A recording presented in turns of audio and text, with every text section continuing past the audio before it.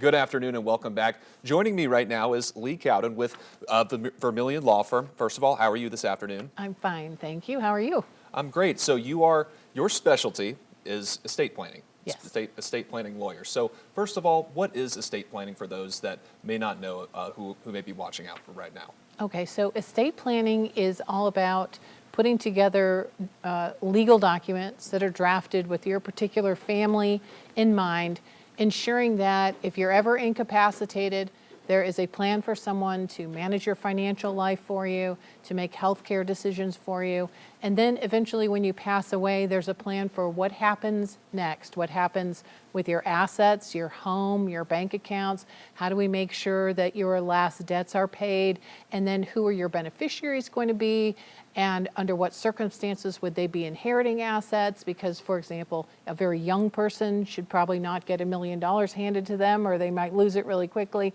So these kind of things. And we also have to have decision makers in place. So who do we trust to be in charge of these processes when something happens to us? And who are the ones that benefit from estate planning, and can it be anybody? So as far as the actual plans themselves, they're designed to benefit not only the person who the plan is for, like the person who hires a lawyer and says, I need these documents. It also benefits the beneficiaries, and oftentimes those are family members, sometimes immediate family members or extended family members who are going to be receiving assets or are going to be dealing with this process. But ultimately, who estate planning is for is anybody who needs to make decisions but might not be able to make decisions. So I say anybody who's 18 years of age or older, because when you're under 18, if you have parents or guardians, they're legally allowed to make all these decisions for you. But once you reach the age of 18, nobody's legally authorized to make decisions for you unless you put it in writing somewhere and in a way that's recognized by Tennessee law. So estate planning is really for anybody 18 years of age or older. But if we have somebody who is incapacitated due to special needs, for example, somebody with autism who at the age of 18 might not ever be able to live independently, they might need this type of planning done at an earlier age. And that leads me into my next question. How old do you have to be to start estate planning, and how old maybe should be when you start planning this out? Because it sounds like you can, like you said, could be right at 18 years old.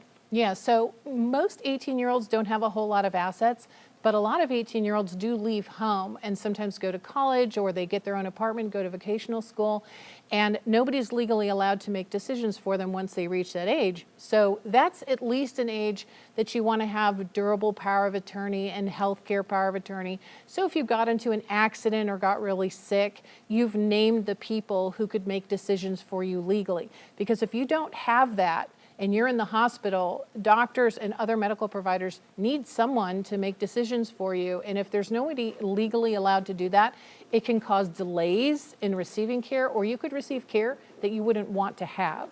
And so I say, if you've got kids ready to go off to college or launch their life outside of the nest and they're about to be 18, that's a good start at getting these ancillary documents. And once somebody has some assets to speak of, like bank accounts, vehicle, or real estate, that's a good time to start talking about maybe will or revocable trust. These are slightly more advanced things that a person needs, but absolutely will benefit them and their family if something were to happen. And at the same time, what are things that you may want to avoid when you are estate planning? Well, a big one is kind of a new thing recently, actually. It's the use of artificial intelligence. So a lot of people go online and they say, oh, I'll use ChatGPT, or I'll use this software that says it can do it for me. I just have to click some boxes and it'll generate a document for me.